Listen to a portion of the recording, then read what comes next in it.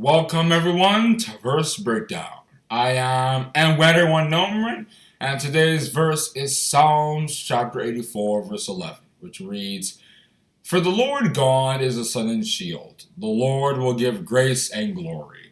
No good thing will he withhold from them that walk uprightly." God is like a sun because he leads, he provides. He provides us food the way he provides for, plants and stuff. If you read Matthew chapter 6 from verses 25 to 32, he provided food for the Israelites, manna and stuff. Because in the desert, you don't really have access to food and water and stuff. He made sure that they were fine. Of course, he also made sure that they were protected. He's a shield in that way. Because when they will go into the land of Moab and stuff, they wanted to kill them, especially in Numbers chapter 22, when the king of Moab said, just curse those people, they don't deserve to be on our land and stuff. God made sure that they still went safely. Why? Because he is a shield in that light. He was also a shield to David because he made sure that Saul could never get him. From 1 Samuel chapters 18 to 31. Saul was trying to kill him and stuff. He was trying to make sure that he wouldn't become king and fulfill God's will. But because he is a shield, he made sure that didn't happen. And of course, in our time, there are many evils that Satan the devil is trying to bring us into. He's trying to make us sin against God. Forget about him. But he is a shield to protect his children and delivers them out of temptations. 2 Peter chapter 2, verse 9. Then he gives grace like he did to St. Paul, because St. Paul would have been nothing that he is today, especially if not for the grace of God. But by the grace of God I am what I am, and the grace that was bestowed upon me was not in vain, but I labored more abundantly than them all, yet not I, but the grace of God which was with me. 1 Corinthians chapter 15, verse 10. He turned from a persecutor of the Christians to a leader of the Christians. 1 Timothy chapter 1.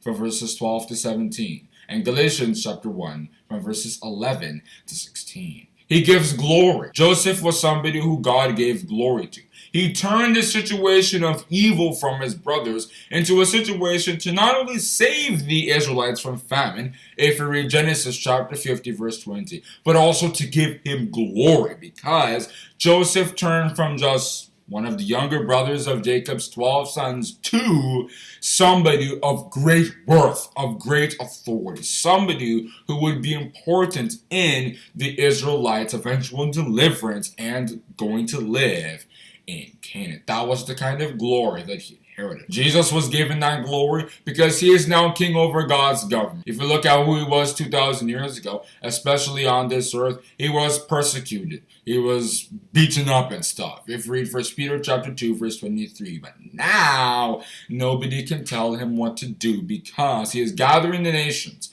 If you read Matthew chapter 25 and verses 31 and 32, using social media and other things like that, and he is putting judgment on them in righteousness. Psalms chapter 96 verse 13 and Psalms chapter 72 from verses 1 to 19. But we should never forget the last part. No good thing will he withhold from them that walk uprightly.